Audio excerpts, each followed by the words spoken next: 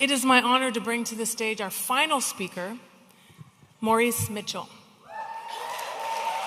Maurice, or Mo, as he's known affectionately, is a longtime organizer and activist, an innovative strategist, and the national director of the Working Families Party. He's also an acclaimed author and movement leader.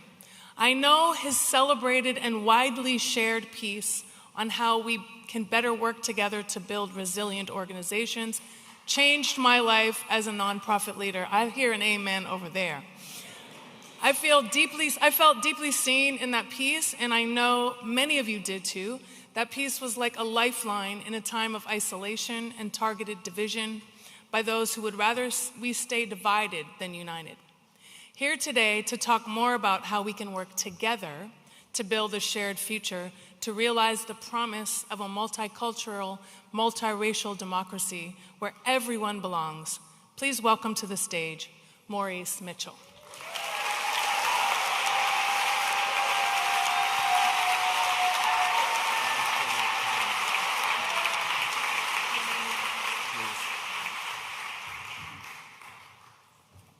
Hello.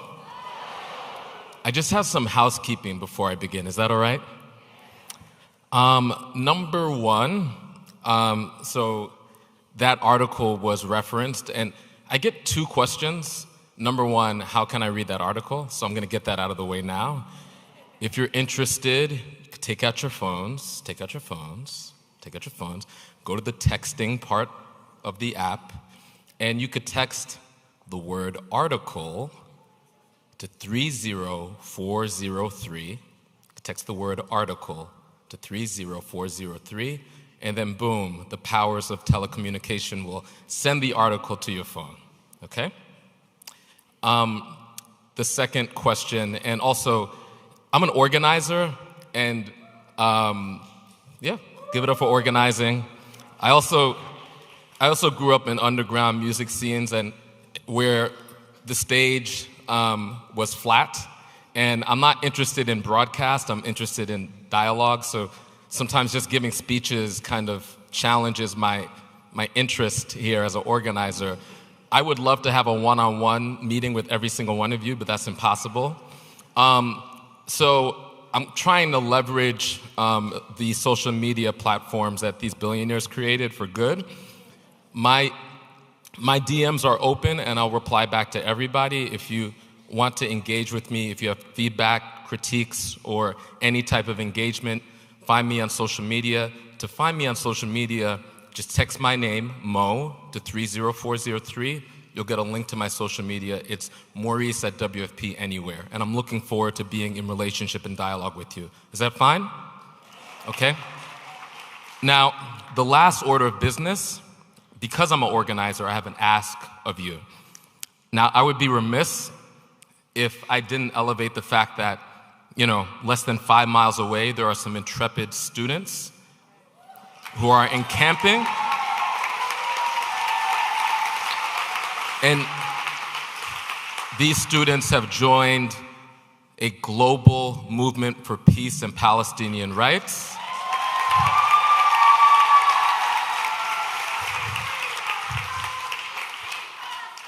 If you're interested in supporting them and being in solidarity with them, their Venmo is at UCBGSJP. I'm going to repeat it again.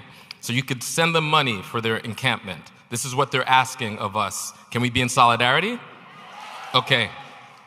It's at UCBGSJP. Okay? And this is also for all of us, whenever we have platforms, it's incumbent on us to leverage these platforms to be in solidarity with the people who are challenging us to reach for justice, right? Amen? Can I get an amen for that?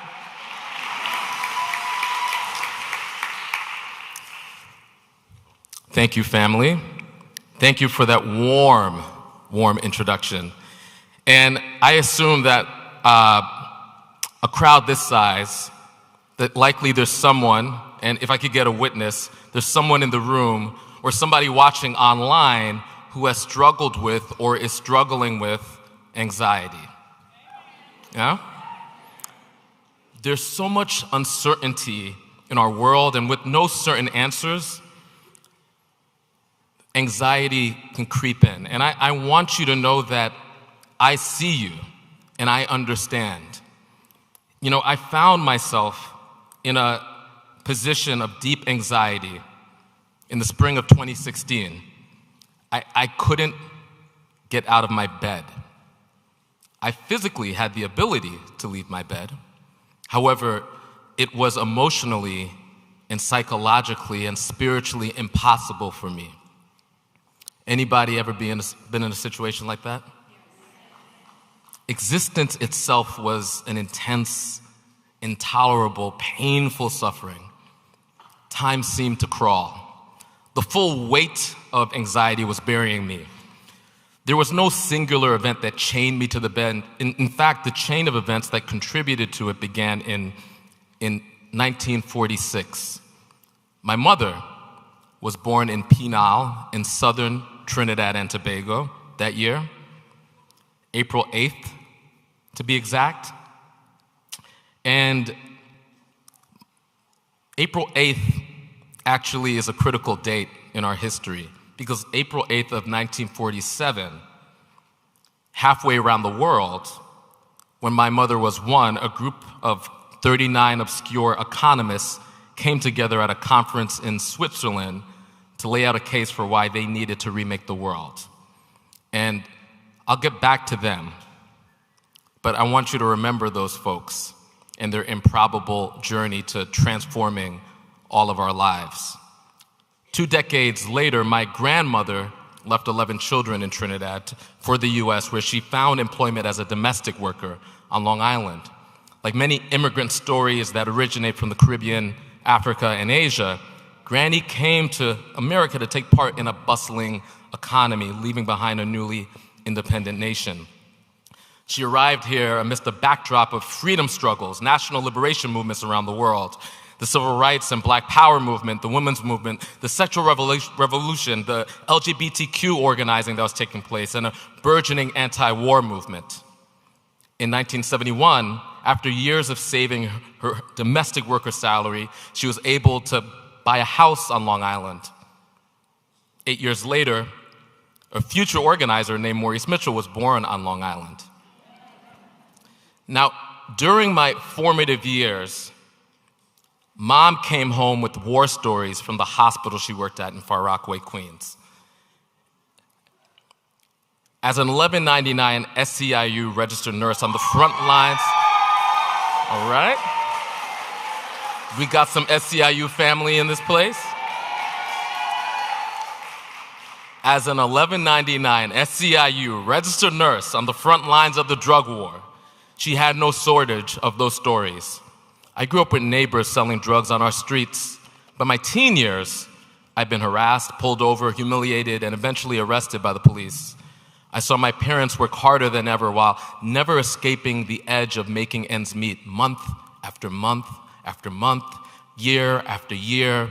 The trickle-down economics that made it rain on the wealthy never showered on our block. Coming up in a household with 2 parents who were active union members instilled in me the value of community organizing and the power of what can happen when working people come together to fight for change. And with so many things happening, there was always a battle to be fought. I attended Howard University in Washington, D.C. You know? We can't help ourselves. We just have to do that. While there, a classmate of mine, Prince Jones Jr., was murdered by an undercover police officer, moving many of us to organize protest. I returned home after graduating and threw myself into community organizing, sometimes in very humble surroundings, because the work simply had to get done.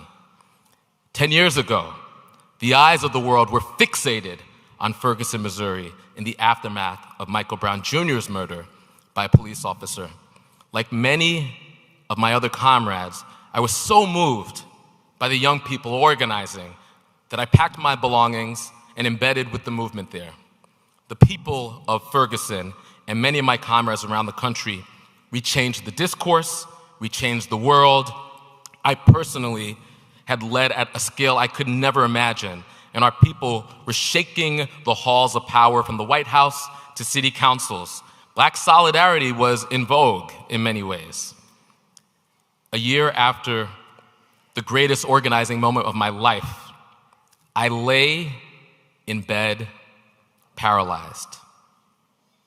Why was I feeling so empty at a time when people might have expected me to be riding high on a wave of emotion? I didn't put the pieces together then, but the lack of rest and the organizing fights ran into a brick wall that was decades of neoliberalism. 1979, that was the year I was born. What I didn't realize then, and what I know now, is that I am the age of the neoliberal era. And those men who met on my mom's birthday, people like Milton Friedman, they, for decades, plotted and built and created the containers and the legitimacy for this neoliberal idea that at the right moment, during the right crisis, they hatched and unleashed on all of us. We all, everybody in my generation, have been steeped in the logic of neoliberalism.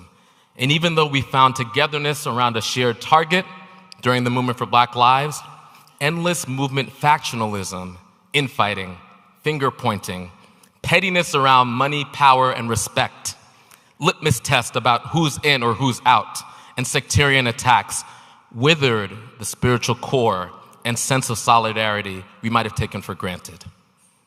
How many could relate to that? I laid in bed feeling hollow and disconnected, and ironically, I couldn't feel a sense of value outside of my productivity. Social movements are spaces for deep belonging, but if we're not careful, they become surprising venues of othering. We are what we practice, and we practice on those closest to us. If we can't effectively bridge divides between comrades, how can we build bridges with people we have little in common with when we're called to do so, like today's fights against US authoritarianism or against the murderous program of retribution taking place against the Palestinian people?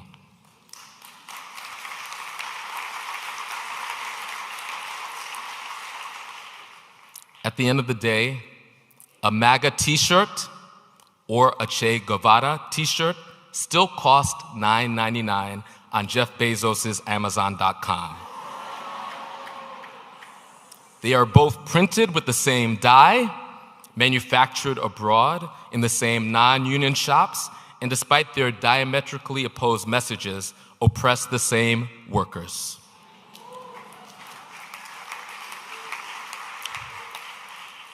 A cutting tweet or post from a Black activist still serves the attention economy and advantages Elon or Zuckerberg's project, just like a bitter screed from the other side. They are not the same, but they are also not wholly different to the marketplace and organized capital. Or, to amend Amilcar Cabral, we are not going to eliminate imperialism by shouting insults at it on the internet.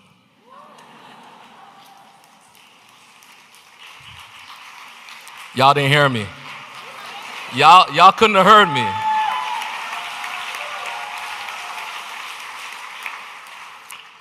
So, are you curious about how I got from under those covers in my bed a few years ago?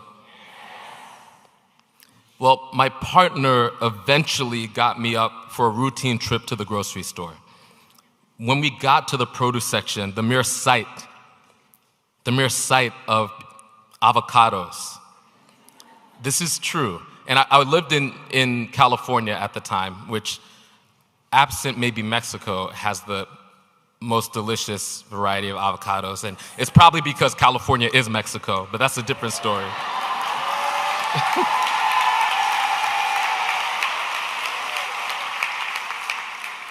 I wasn't able to appreciate their beauty. The variety was horrific to me in my anxious state. I had an anxiety attack. I raced to my car, locked the doors, and started sobbing uncontrollably. I picked up my phone and almost instinctively called my brother Matthew.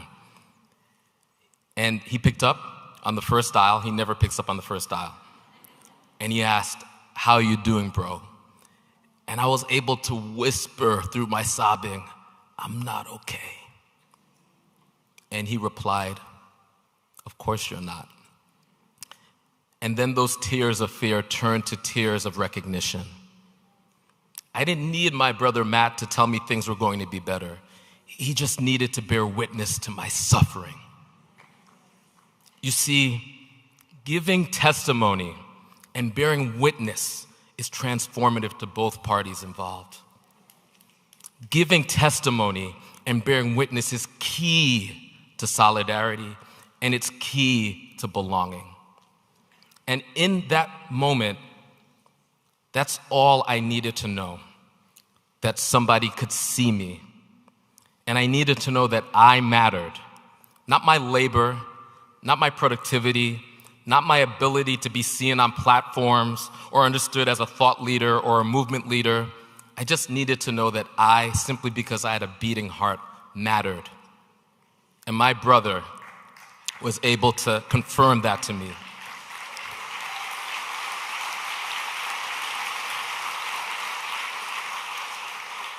I needed to be seen not as a product or an avatar, but as a person. You see, the attention economy is just that.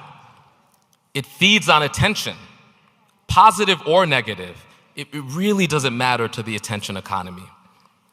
But while the algorithm keeps refreshing, that's just not how people work.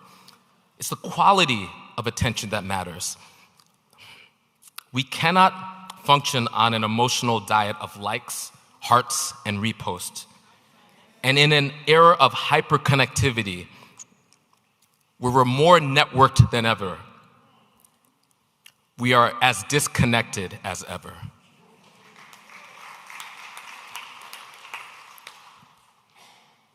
We are facing a true crisis of connection.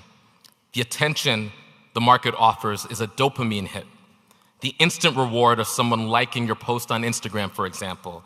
It is the neoliberal, hyper-individualistic fix for our spiritual woes.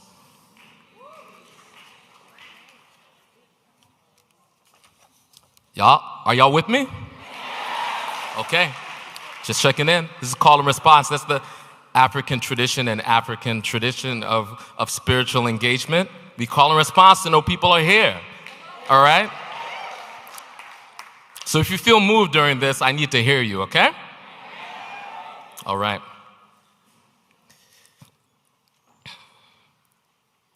There is a difference between attention and connection. That phone call with my brother pulled me from despair and reconnected me to the larger body of my family and community. It's one of the reasons I'm standing here today. Yeah. So what can we learn from that little moment of connection in my life? The most radical thing you can do is bear witness to another person with as little judgment and as much compassion as possible. And for the left, the most radical thing we can do is bear witness to the stories, to the suffering and yearnings of working people with as much compassion and curiosity as possible.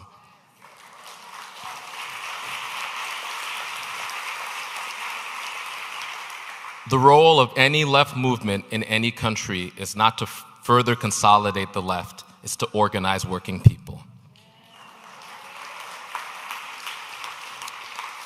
In that bearing of witness, we will come across differences. I guarantee it. Every dimension of difference possible. But instead of building walled-off fraternities of righteousness and self-righteousness that are not tolerant and are often intolerant to difference, we need to build irresistible venues of compassion and connection, incessantly curious about difference. That is our job.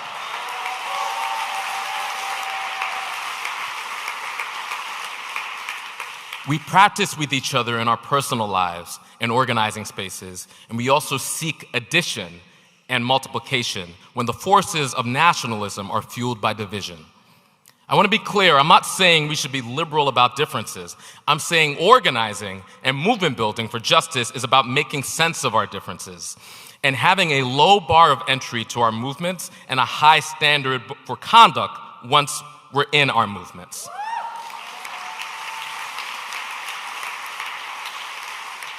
For every working class person towing the line and arguing the interests of bosses and the billionaire class, there is a deep structural and historical root.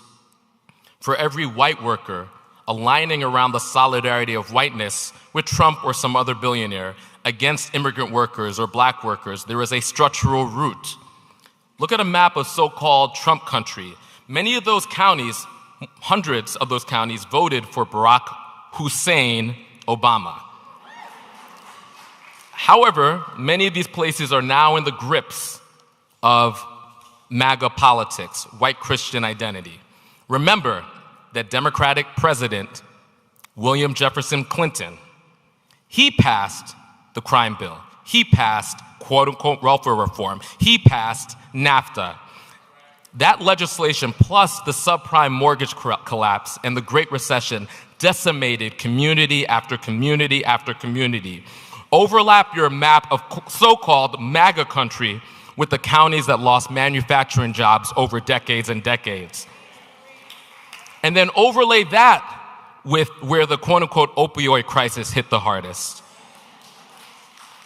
I can't tolerate another conversation about how Black and Latino men who on the margins are expressing antipathy to the Democratic project, or in some cases aligning with some right-wing ideas.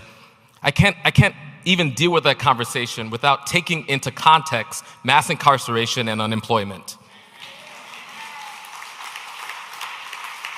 Again, we don't make excuses for racism or right-wing nationalism or patriarchy, but by seeking to explore the economic and cultural base to their appeal to so many working class people, we could begin to engineer a solution to the tribal politics and deep sense of alienation that is causing so much despair everywhere.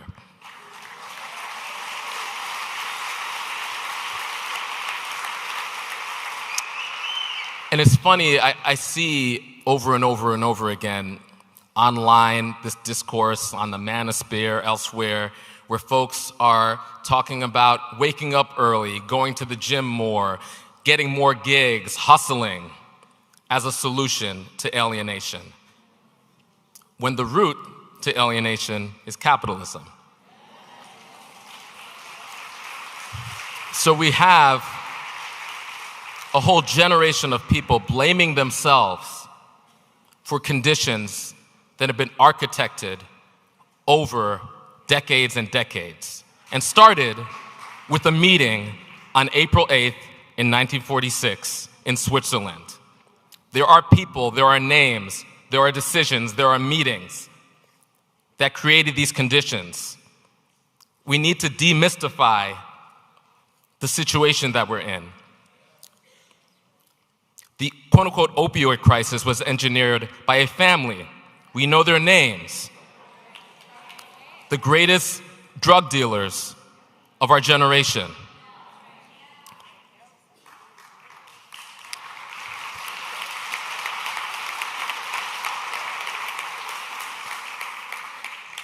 So what is my solution and what is our solution at the Working Families Party? It's solidarity. Our people are our greatest resource. The diversity of our people, fully harnessed, can unlock great collaborations and almost unlimited potential, or when used as a wedge, can be the cause of great conflict and sow seeds of resentment that ultimately fracture our movements. That's why solidarity is the answer to so much we're confronted with. But I'm also interested in the quality of that solidarity. In a world that is increasingly more diverse, solidarity for the sake of being chummy is insufficient, right? Solidarity as a rallying cry, solidarity to shrink our differences, solidarity that's transactional and hides our differences will not suffice. Authoritarians know that when the working class and movements for democracy are in conflict with one another and preoccupied with who gets what, they are able to win. They are able to take the advantage. When workers see the victories of other workers as their own, we win. When people see a marginalized group that they don't belong to overcome an obstacle and see that victory as fuel for their fight, we win. Time and time again, organized capital, organized racists, and the far-right authoritarians benefit from misdirection. They take advantage of our anxieties, deepest fears, and insecurities so they can hold onto their power and even try to snatch the crumbs they've left for us to fight over. At the end of the day, I don't need to understand you or your identity. I don't. And I don't necessarily need you to understand me or mine for us to foster belonging by caring deeply about our shared humanity. My solidarity with you isn't contingent on me deciding that the things you feel deeply inside are valid. I'm 44 years old and the father to a young child. Through organizing, I've been to just about every state in the country. I've been to several countries around the world, interacting with thousands and thousands of people. But as vast as my experience is, I'm wise enough to know that I don't know everything, which might come as a shock to my son. I could be confused about a whole range of things, including things that make perfect sense to you. And I can still choose to fight for your rights and your dignity to live life in the authentic way you see fit.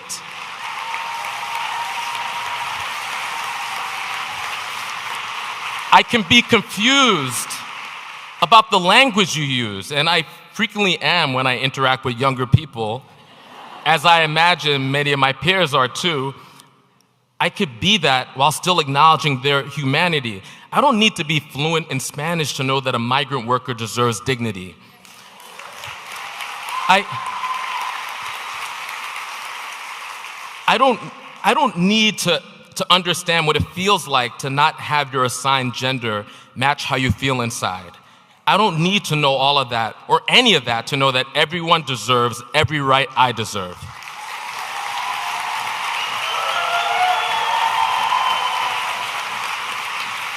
This is a basic core value that the right and organized capital want us to deviate from. It's the common sense principle my grandmother brought in that knapsack from the Caribbean so many years ago. You treat others with dignity, and that I was no better or less than anyone else. Ultimately, when we come together through those differences, there's nothing we cannot do. I'm not advocating for acting like our differences don't exist. Difference is a part of life. We must hold and tolerate, embrace differences as we show up for one another. That brand of unity, that quality of solidarity scares the most powerful interests in our society. Because when we practice that solidarity, we find belonging and magic happens. I got the privilege to visit a UAW strike line in Toledo, Ohio. I visited a Jeep factory where about 6,000 members of UAW Local 10 called their work home. And I met a man named Bruce Bauhauer, who's the president of the local, and Bruce was gracious enough to take me around and introduce me to striking workers. There's something captivating that happens to relationships that are forged in fire. And the great thing about unions and union organizing is that membership is demographically random because the nature of the work. You might be on a production line next to someone who has a totally different story or identity, just by virtue of the fact that some HR person looked at both of you and said, "You're hired." In a large factory, you don't know everyone, but now by virtue of corporate greed, you're on the strike line with coworkers and union brothers and sisters you really built with. During my walk with Bruce, I met a young black woman in her 20s who'd been there for 4 years. I met a middle-aged black man who'd been there for 29 years, and a white guy who had a right-wing t-shirt on who worked at this Jeep plant for the last 3 decades. And in spite of their demographic differences and in all likelihood political differences that might normally have them at each other's throats or at least curious or less than interested in being in the same space with one another, they all articulated the same interest and issues They were united around a shared sense of worker solidarity. Some of the older folks said they weren't striking for personal gain. They were out there for the younger folks who had unequal benefits and pay. Younger workers talked about their solidarity with part-timers who hadn't been in the union and were getting screwed because they didn't have the rights of union membership. Workers who, in addition to not getting the same pay, were sometimes forced to work every day without a day off for weeks at a time without earning PTO. So they joined the strike line, maybe with questions about one another, some prejudice and discomfort, and despite those, or maybe even with those questions and prejudices still in their hearts, they got in motion with each other. They may have walked onto the line the first day with questions, suspicions, and prejudices about one another. By week 3, things began to change. In spite of uncertain outcomes with their futures on the line, I saw people of all races and ages in one accord, united around the idea of defeating the bosses and that record profits demand a record contract.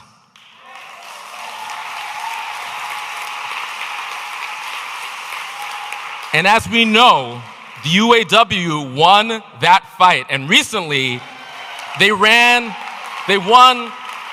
the first major labor fight in the South after decades in Tennessee.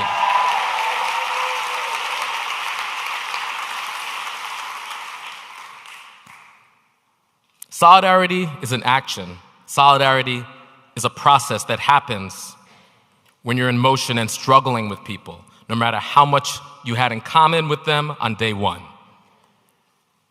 This type of solidarity also has to extend to our politics, because so often we get caught up in the idea of wanting to like elected officials that we lose sight of loving ourselves.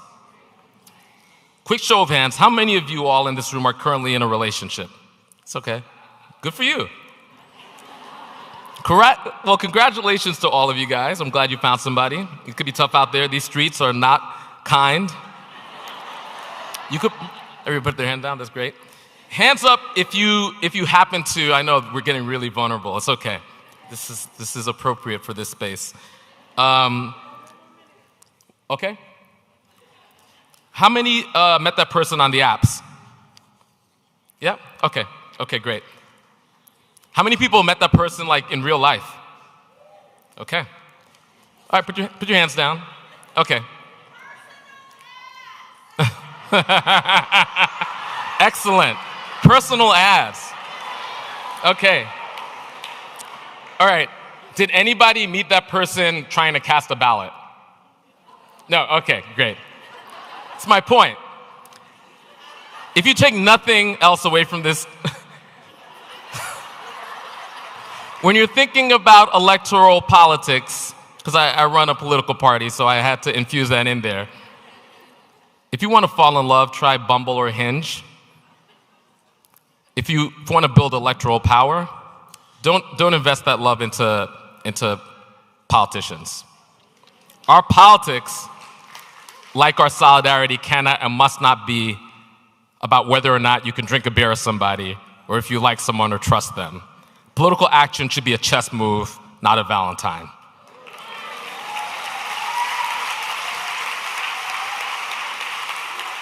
And that's not to say there's no room for love in this process, because, comrades, there should be a lot of love in this work, but our love and the love we cultivate in our communities must be the conditional love that hinges on a dynamic that is truly rooted in our people. Our love should be to, with, and for the people. Our love should be to the communities we serve. Our love should be with the people who, like us, struggle for a better world. Our love should be for their freedom. Our love should be to our North Star. Protect your love and lavish it on the people. Don't waste it on top of the ticket politicians.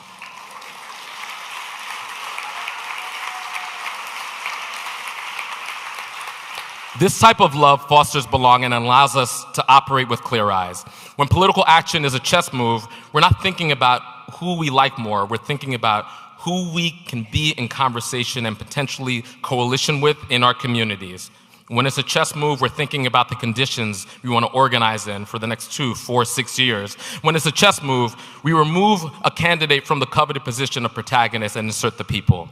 We, the people, become the center of our story. Our mission in the next 192 days, for those of us who will be here, is clear. I'm here to tell you that simply winning an election or something like that is maybe half the mission. What we must do is build. We must build something real. This, comrades, isn't a sustainable strategy simply to vote on election day and to assume somehow that we are engaging in our democracy. So what does building look like? Politically, it looks like working people year-round instead of just talking to them. We engage them year-round, month after month, day after day. It looks like recruiting and training candidates 2 years out to ensure their issues are in line with the people. It means socially leaning into and being curious about our differences and treating everyone with respect and dignity while we work to understand each other. And it means standing up and saying, we don't do that here when someone wrongfully comes for a group in our coalition. It means understanding that bridging is something we practice all the time, and especially with those closest to us. And we must practice with those closest to us, and we must struggle with our comrades if we're serious about solidarity. It means building a mighty infrastructure of connection, meaning, and belonging rooted in the experience of working people over decades, the way the infrastructure of despair was erected by the far right. That's us shifting from winning an election to governing and being in right relationship with one another. My mission may not look identical to your mission, but I want to close by inviting you. So I'm closing the folks who are looking at that counter and saying that I'm over closing. I want to close by inviting you into community and coalition with me. And if this resonates, I want you to make some noise. At the Working Families Party, we're building a third force in American politics that flips the electoral system on its head and manifests the multiracial feminist democracy of our dreams. We're building a grassroots third party from the bottom up, state by state, that can elect educators, union organizers, and parents, because we believe the crazy idea that in a democracy, the people shall govern.